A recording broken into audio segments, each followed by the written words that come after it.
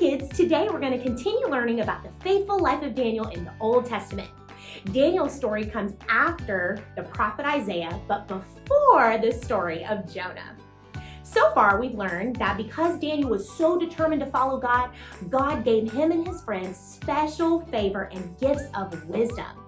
Daniel also denied things to get closer to God through prayer and fasting. This week, we're going to see how Daniel risked his life. That's right. Daniel was willing to die to keep serving God. Here's what happened. King Nebuchadnezzar's son, the king of Babylon, had just been killed. The new king, Darius, was given the kingdom. He continued to show Daniel special favor and put him and two other leaders in charge of all the royal rules of the entire kingdom. Daniel was doing such a better job than the other two leaders that King Darius planned to put him in charge of the whole kingdom. The other two rulers heard about this, and that's when the trouble started. They were so jealous of Daniel that they plotted a really mean scheme against him.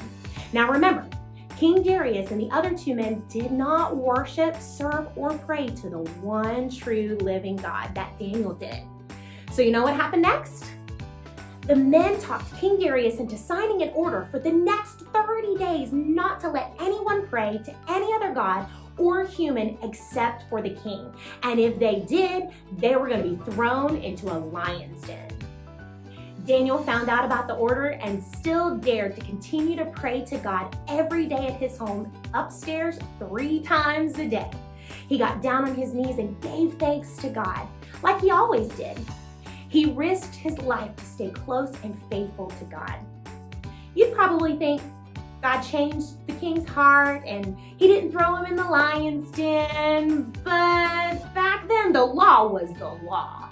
And poor Daniel was thrown like a fresh piece of steak into that lion's den. King Darius felt horrible because he admired Daniel and he didn't want anything to happen to him.